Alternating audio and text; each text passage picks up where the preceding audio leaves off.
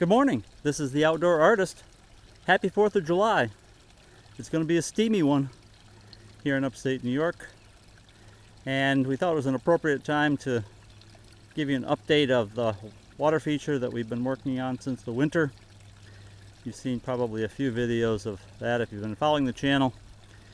But we've got a major influx of plants.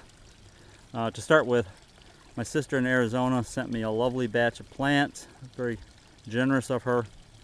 And we've got here in this this side a little bit of frog bit, and I should mention that the frog bit, a couple of water lettuce, and then also some of these water hyacinths are protected inside these fishing nets.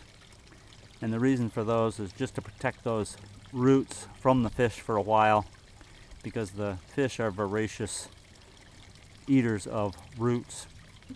And we wanted to protect quite a few of them to make sure they were sustaining, because the fish, if left to their own devices, would eat them to the point of killing them. So you want to get a balance of enough plants so that the fish can't overwhelm them. And I think we've done that here. We've got quite a few water hyacinths that you'll see.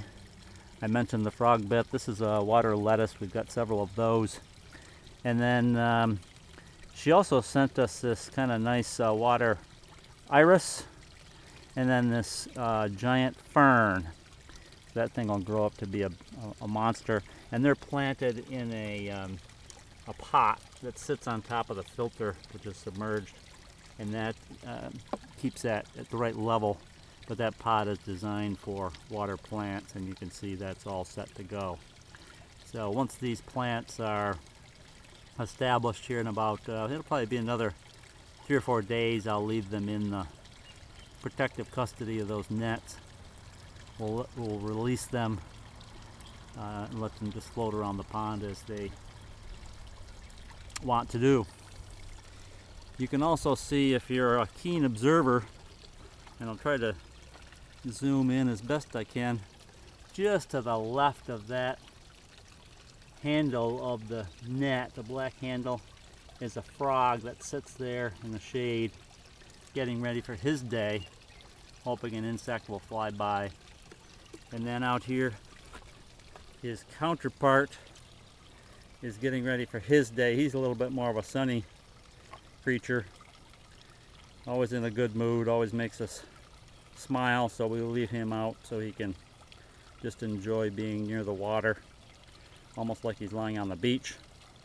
We also have this nice turtle that we got in St. Augustine, Florida, that we enjoy. The color of the turtle adds a little brightness to the water feature.